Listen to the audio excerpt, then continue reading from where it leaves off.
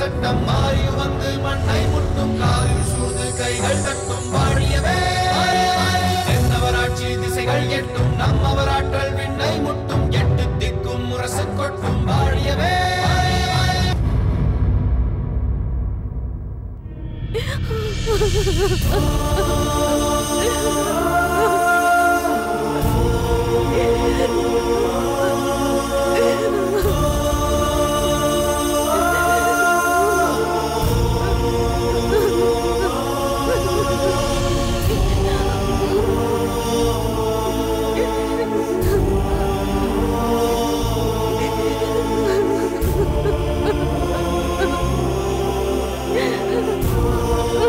இளவரசி,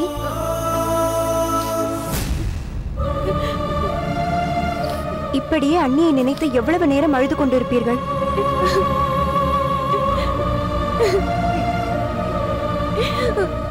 என்னால் வேற என்ன செய்ய முடியும்? அழுவதை தவிர வேறு வழி இல்லையே. உலகத்தின் பார்வைக்கு வேண்டுமானால் அவர் எனக்கு அண்ணியாக தோன்றலாம். ஆனால் என்னை பொறுத்தவரை என்னை பெற்றெடுத்த அன்னைக்கும் மேலானவர். தாங்கள் சொல்வது உண்மைதான் இளவரசி. அவர் தங்களிடம் எந்த அளவிற்கு பாசம் வைத்திருந்தார் என்பதை நாங்களே பார்த்திருக்கிறோமே. இங்கு உங்கள் கண் முன்னால் நடந்தவை மட்டும்தான் உங்களுக்கு தெரியும்.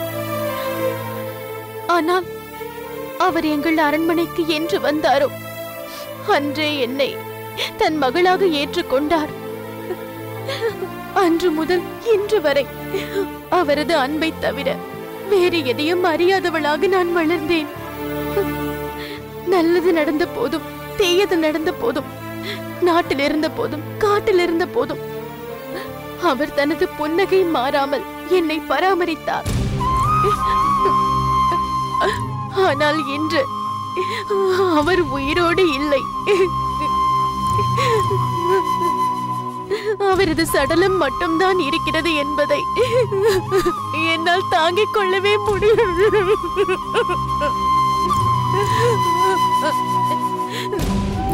நீயே சொல், இறக்கக்கூடிய வயதா அவருக்கு? என்ன செய்வது இளவரசி? பிறப்பு என்று ஒன்று இருந்தால் இறப்பு என்று ஒன்று இருக்கத்தான் செய்யும். மரணம் ஒருவருக்கு எந்த ரூபத்திலும் வரலாம், எந்த வயதிலும் வரலாம். அதனால் தானே 6லும் சாவு 100லும் சாவு என்று சொல்கிறார்கள். நீ சொல்வதெல்லாம் உண்மைதான். மரணம் உண்மை என்பது அனைவருக்கும் தெரியும், எனக்கும் புரியும். ஆனாலும் நேற்று வரை நம்மோடு இருந்தவர் இன்று இப்படி சவமாகி விட்டார் என்பதை நம்பவே முடியவில்லையே. அதனால் தானே நேற்றிருந்தவர் இன்று இல்லை என்பதுதான் இந்த உலகத்தின் பெருமை என்று சொல்கிறார்கள். ஆனாலும் தங்கள் அன்னியார் மன்னரின் லட்சியத்தை நிறைவேற்ற சென்று அதிர்ச்சியில் மடிந்திருக்கிறார். கணவருக்காக உயிரை துறந்த உத்தமி தங்கள் அன்னியார். அவரை நினைத்து நீங்கள் பெருமைப்பட வேண்டும் இளவரசி. வாழ்க்கை முழுவதும் போராட்டங்களாக இருந்தும் அதிலிருந்து மீண்டு வந்தவர் எனது அன்னியார். இளமையிலேயே தாயை இழந்து தாய் மாமன் வீட்டில் வளர்ந்தவர். எதிரி நாட்டவரால் தன் தாய் மாமனுக்கு ஆபத்து ஏற்பட்ட போது தன் தம்பியோடு ஓடி அந்த பாசத்துக்குரிய தம்பியை பிரிந்தவர். என் அண்ணனை மணந்து அரண்மனையில் வாழ்ந்த அந்த சிறிது காலம்தான் அவர் வாழ்வில் பொற்காலம். ஆனால் அதுவும் நிலைக்கவில்லை. மீண்டும் சோதனை தொடங்கியது. அதுவும் இதோ இந்த ஆரண்ய வாழ்வு. இதிலாவது நிம்மதியாக வாழ்ந்தாரா? தீராத நோயோடு போராடி கொண்டிருந்தார். இப்போது எல்லாவற்றுக்கும் தீர்வு காண தன் உயிரையே தந்து விட்டார். என்னை பற்றி அவர் என்னவெல்லாம் கனவு கண்டார் தெரியுமா? எனக்கு தகுந்த வரனாக தேடி விமர்சையாக எனது திருமணத்தை நடத்தி பார்க்க வேண்டும், என் குழந்தையை தன் குழந்தையாக எடுத்து வளர்த்து கொஞ்சம் மகிழ வேண்டும் என்று என்னவெல்லாம் ஆசைப்பட்டார். அதெல்லாம் நிறைவேறாத ஆசையாகவே போய்விட்டது. அவர் என்னை எப்படியெல்லாம் சீராட்டி பாராட்டி வளர்த்தார் தெரியுமா? சிறுமி என்று சொல்லும் அளவிற்கு இருந்தாலும் 5 வயது குழந்தையைப் போல நான் சில விஷயங்களில் மிகவும் அடம் பிடிப்பேன். குறிப்பாக எண்ணெய் தேய்த்து குளிப்பதென்றால் எனக்கு பிடிக்கவே பிடிக்காது. அண்ணி எண்ணெய் கிண்ணத்தோடு வருவதை பார்த்தாலே போதும், அவர் கண்ணில் படாமல் சென்று எங்காவது ஒளிந்து கொள்வேன்.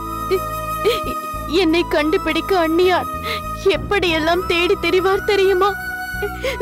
ஆனாலும் விடமாட்டார். பிடித்து கொண்டு வந்து ஏதாவது கதை சொன்னபடி என்னை தேய்த்து குளிப்பாட்டி விடுவார். கண் எரிகிறது என்று அடம் பிடித்து படாத பாடு படுத்தி விடுவேன். அதையெல்லாம் தாங்கிக் கொள்வார். இப்படி எத்தனையோ சம்பவங்கள் இப்படி ஒவ்வொன்றாக நினைவுக்கு வந்து என் மனதை கலங்க வைக்கிறதடி. வருத்தப்படாதீர்கள் அம்மா. மகாராணியாரை நினைத்து இப்படியே அழுது கொண்டிருந்தால் உங்கள் உடல்நிலை என்ன ஆவது? இந்த பாலை அருந்துவிட்டு சற்று நேரம் ஓய்வெடுங்கள். நான் பிறகு வருகிறேன்.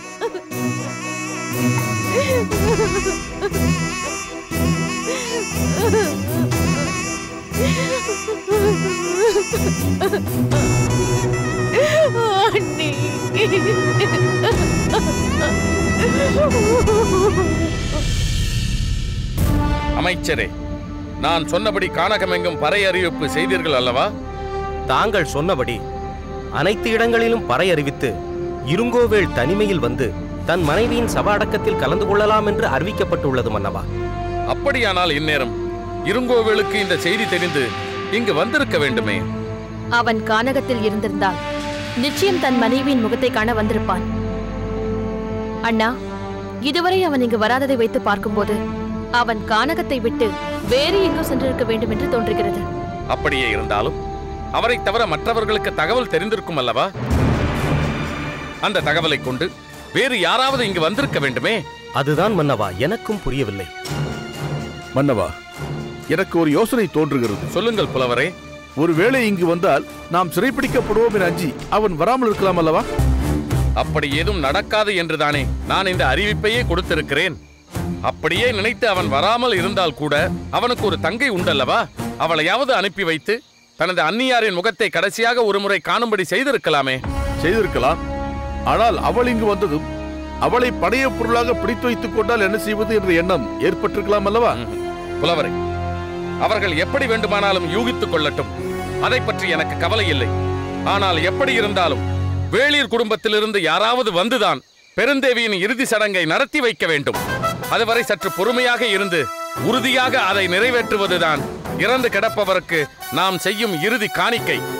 அண்ணா, பெருந்தேவியின் உடன்பிறவா சகோதரர் அருகிலேயே இருக்கும்போது அவர் வந்த சகோதரியின் முகத்தை காணக்கூட அனுமதி தர மறுக்கிறீர்கள். ஆனால் வராதவர்களுக்காக பொறுமை காக்க வேண்டும் என்கிறீர்கள். மங்கம்மா, எதை எப்பொழுது செய்ய வேண்டும் என்பது எனக்கு தெரியும். இவ்விஷயத்தில் யாரும் எனக்கு அறிவுரை தர வேண்டாம். நிச்சயம் நாளை காலை இருங்கோவேள் தரப்பிலிருந்து யாராவது வருவார்கள். அதுவரை காத்திருப்போம். புலவரே, மன்னவா, நாம் காலையில் சந்திப்போம். அப்படியே ஆகட்டும்.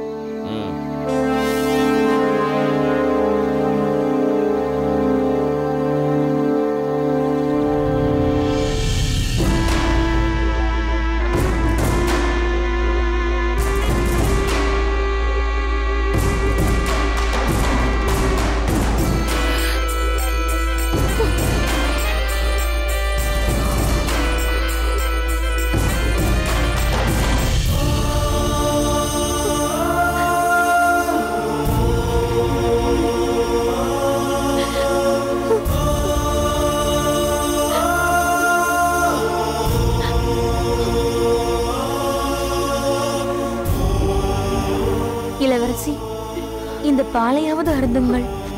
எனக்கு வேண்டாம். எத்தனையோ நிகழ்ச்சிகள், ஏதேதோ சூழ்நிலைகள், எல்லாவற்றிலும் என் அண்ணியாரின் பாசம்தான் எனக்கு பலமாக இருந்தது. என்னை பாதுகாத்தது. இன்று அவர் உயிரோடு இல்லை என்பதையே என்னால் நம்ப முடியவில்லை. அண்ணனை தேடிச் சென்றவர்கள் இன்னும் வரவில்லையா? ஆம், நானும் அவர்கள் வருகிறார்களா என்றுதான் பார்த்துக் கொண்டிருக்கிறேன். அண்ணனை கண்டுபிடித்திருப்பார்களா? தெரியவில்லையே இளவரசி. வாருங்கள் அமைச்சரே. ஏன் மௌனம் சாதிக்கிறீர்கள்? என்னவாயிற்று? மன்னர் இந்த கானகத்தில் இல்லை என்பது தெரிந்தாலும் வழக்கமாக அவர் செல்லும் இடங்களுக்கெல்லாம் சென்று தேடி பார்த்து விட்டோம். அவர் எங்கே இருக்கிறார் என்றே தெரியவில்லை. அண்ணனுக்கு இந்த செய்தி தெரிந்திருந்தால் நிச்சயம் இங்கே வந்திருப்பார். என்ன செய்யலாம் என்பதை பற்றி தங்களோடு கலந்து ஆலோசித்திருப்பார். படை திரட்டுவதற்காக பல இடங்களுக்கு சென்று கொண்டிருக்கும் அண்ணன் அண்ணியாரின் மரணச் செய்தி அவர் காதில் விழாத அளவிற்கு எங்கோ சென்று விட்டார் என்று தெரிகிறது. ஆம் தாமரை, ஒரு வகையில் அதுவும் நன்மைதான். அமைச்சரே, என்ன சொல்கிறீர்கள்? வேளிர்குல அரசியாரின் உடல் பகைவனின் மாளிகையில் இருக்கிறது. அந்த பகைவன் நமக்கு அழைப்பு விடுத்திருக்கிறான் சவ அடக்கம் செய்ய. நமது மன்னரை தந்திரமாக சிறைப்பிடிக்க வேண்டும் என்பதற்காகவே சோழ மன்னன் இப்படி ஒரு அழைப்பை விடுத்திருக்கிறான். தாமரை, நீயே சற்று யோசித்துப் பார். அரசியாரின் அவல முடிவு அரசரின் செவிகளில் பட்டிருந்தால் இரவை பகலாக்கி வனாந்திரத்தில் உலவிக் கொண்டிருக்கும் அவர் அடிப்பட்ட வேங்கையாகிவிட மாட்டாரா? அரசியாரின் மறைவு அரசரின் ரத்தத்திலே புதிய கொதிப்பை உண்டாக்கிவிடாதா? தாமாண்ட நாட்டை கவர்ந்து அவரது இல்வாழ்வை அபகரித்து பல்பிடுங்கப்பட்ட பாம்பாக மன்னரை திரிய விட்டது போதாதென்று அவரது வாழ்க்கை துறவியாரின் உயிரையும் குடித்து விட்டான் சோழ மன்னன் என்று அவர் வெஞ்சினம் கொண்டிருக்க மாட்டாரா? உண்மைதான் அமைச்சரே. அண்ணன் நிச்சயம் சோழன் அரண்மனையை நோக்கி ஓடி இருப்பார். ஐயோ, அதை நினைத்து பார்க்கவே முடியவில்லையே. மன்னர் சோழன் அரண்மனையில் சிக்கி இருந்தால் உன் அண்ணியார் சாவின் மடியில், உன் அண்ணன் எதிரியின் பிடியில். இனி மற்றவர்களின் நிலை என்ன என்பதே புரியாமல் போயிருக்குமே. தாங்கள் சொல்வது அனைத்தும் உண்மைதான் அமைச்சரே. ஆனால் அதற்காக என் அண்ணியார் அனாதை பிணமாக அடுத்தவர் அரண்மனையில் கிடந்து சுடலைக்கு செல்ல வேண்டுமா? அதை நினைத்தால் என் நெஞ்சம் கனக்கிறது தாமரை. அதற்காக நாம் என்ன செய்ய முடியும்? அவரோடு சம்பந்தப்பட்ட ஒருவராவது அவரது குடும்பத்தை சேர்ந்தவர் என்ற முறையில் அவரது இறுதி சடங்கில் கலந்து கொள்ள வேண்டாமா? அப்படி இங்கிருந்து யார் போக முடியும்? நான் போகிறேன். என் அண்ணியாரின் சடலத்தின் மீது விழுந்து அழுவதற்கு அவரது மகள் போல் வளர்ந்த நான் ஒருத்தியாவது போக வேண்டாமா? என் கண்ணீரால் அஞ்சலி செலுத்த வேண்டாமா? என்னம்மா பேசுகிறாய்? உன் அண்ணன் போவதே நல்லதல்ல என்று பேசிக் கொண்டிருக்கும் நிலையில் பெண்ணான நீ அங்கே போவது எப்படி பொருத்தமாக இருக்கும்? அமைச்சரே, இப்பொழுது விட்டால் அண்ணியாரின் முகத்தை இனியொரு முறை காணவே முடியாது. அந்த அன்பு தவழும் முகத்தை கடைசியாக பார்த்து விட வேண்டும். இல்லை அம்மா, இல்லை. நீ அங்கு சென்றவுடன் உன்னை பணைய கைதியாக பிடித்து வைத்துக் கொண்டு இருங்கோவேள் இங்கு வந்து சரணடைந்தால்தான் உன்னை விடுவோம் என்று சொன்னால் நாங்கள் என்ன செய்வது? மன்னர் இங்கு வந்து என் தங்கையை அங்கே போக ஏன் அனுமதித்தீர்கள் என்று கேட்டால் நான் என்ன பதில் சொல்வது? இப்படிப்பட்ட சிந்தனையே உனக்கு வேண்டாம் அம்மா. நடந்தது நடந்துவிட்டது. நம்மால் இனி இதை மாற்ற முடியாது. இந்த நேரத்தில் நீயும் சென்று அங்கு அகப்பட்டுக் கொண்டால் வேளிர்குடியின் எதிர்காலமே கேள்விக்குறியாகிவிடும். இனி இந்த எண்ணத்தை மறந்துவிடு. நான் வருகிறேன்.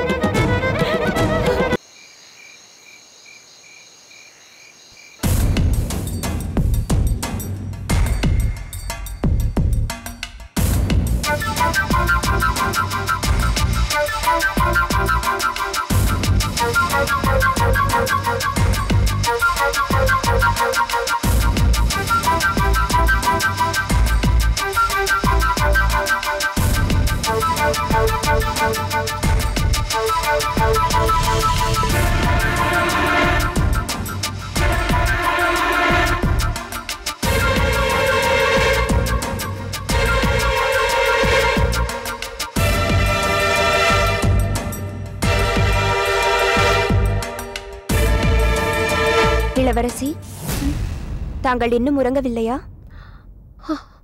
என் அண்ணியாரின் சடலம் சோழன் அரண்மனையில் இருக்கிறது. என் அண்ணன் எங்கே இருக்கிறார் என்றே தெரியவில்லை. இந்த நிலையில் எனக்கு எப்படியடி உறக்கம் வரும்? ஏனடி, என் அண்ணியின் சடலத்திற்கு இறுதி சடங்கையெல்லாம் செய்து முடித்திருப்பார்களா? என்னால் அதை பற்றி எப்படி சொல்ல முடியும் இளவரசி?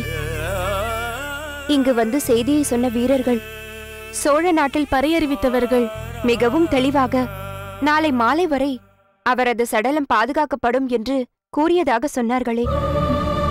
உண்மைதான். மாமன்னர் கரிகாலர் ஒன்றை அறிவித்த பிறகு அதிலிருந்து ஒருபோதும் மாற மாட்டார். என் அண்ணியின் சடலத்தை பாதுகாப்பாக வைக்க ஏற்பாடு செய்திருப்பார். இந்த நிலையில் இங்கிருந்து யாருமே போகவில்லை என்றால் நாம் சோழ மன்னரை நம்பவில்லை என்று பொருளாகிவிடுமே. சரியாக சொன்னாய். இந்த அளவிற்கு இரக்க குணத்தோடு இப்படி ஒரு அறிவிப்பை அவர் செய்திருக்கும் போது இங்கிருந்து யாருமே போகவில்லை என்றால் நாம் அவரை சந்தேகிப்பதாகத்தான் அவர் நினைப்பார். அதன்பின் அவர் நம்மிடம் காட்டிய கருணைக்கே பொருள் இல்லாமல் போய்விடும். ஆனால் இந்த விஷயத்தில் மன்னர் இல்லாமல் நீங்கள் எந்த தீர்மானத்திற்கும் வர முடியாதே. மன்னர் எங்கிருக்கிறார் என்றே தெரியாத நிலையில் அதை பற்றி தீர்மானிக்க வேண்டியவர் யார்? தாங்கள்தான் இளவரசி. மடிந்திருப்பவர் தங்களை சீராட்டி வளர்த்த அண்ணியார் என்பதால் இதில் தங்களுக்குத்தான் முழு பொறுப்பும் இருக்கிறது. அதனால்தான் நான் இப்போது உறுதியாக ஒரு முடிவெடுத்திருக்கிறேன். என்ன முடிவு இளவரசி? வேளிர்கொடியின் சார்பாக நானே அங்கு சென்று என் அண்ணியாரின் இறுதி சடங்கில் பங்கு கொண்டு அவருக்கு செய்ய வேண்டிய கடமைகளை செய்யலாம் என்று தீர்மானித்திருக்கிறேன். இளவரசி, என்ன சொல்கிறீர்கள்? சோழ நாட்டிற்குள் பெண் பிள்ளையான தாங்கள் தனியாக போவதா? இங்கு யாருமே அதை ஏற்றுக்கொள்ள மாட்டார்களே. அதனால்தான் யாரிடமும் சொல்லாமல் புறப்படுவதென தீர்மானித்து விட்டேன். இது இன்னும் விபரீதமாகிவிடுமே. செந்தலையார் ஏற்கனவே என்னை அழைத்து கடுமையாக எச்சரித்திருக்கிறார். இப்பொழுது நீங்கள் அவருக்கு தெரியாமல் சென்றீர்கள் என்று அறிந்தால் என்னை சிறைச்சேதமே செய்து விடுவார். அவருக்கென்ன? எதுவாக இருந்தாலும் தான் சொல்கிறபடிதான் எல்லோரும் நடந்து கொள்ள வேண்டும் என்று நினைத்துக் கொண்டிருக்கிறார். அதற்காக அவர் பேச்சை கேட்டுக்கொண்டு என் அண்ணியை அனாதையாக விட்டுவிட முடியுமா? அண்ணியாருக்கு செய்ய வேண்டிய கடமையை நிறைவேற்ற வேண்டியவர் அண்ணன்தான். ஆனால் இப்போது அவர் எங்கே இருக்கிறார் என்றே தெரியவில்லை. அப்படி இருக்கும்போது அவருக்கு அடுத்து அந்த கடமையை நான் தானே செய்ய வேண்டும். அந்த கடமையை கூட என்னை செய்ய விடாமல் தடுப்பவரை பற்றி நான் ஏன் கவலைப்பட வேண்டும்? அதற்கில்லை இளவரசி. இப்பொழுது என்ன? இதனால் உனக்கேதும் ஆபத்து நேருமோ என்று பயப்படுகிறாய், அப்படித்தானே? நான் செல்வது உனக்கு தெரியும் என்பது போல் ஏன் காட்டிக்கொள்கிறாய்? உனக்கு எதுவும் தெரியாதது போல் நடந்து கொள். நான் சென்றுதான் ஆக வேண்டும். என் அண்ணியாரின் திருமுகத்தை இறுதியாக ஒரு முறை பார்த்தே ஆக வேண்டும். இதற்கு மேலும் இங்கு இருப்பதில் எந்த பிரயோஜனமும் இல்லை. நான் புறப்படுகிறேன்.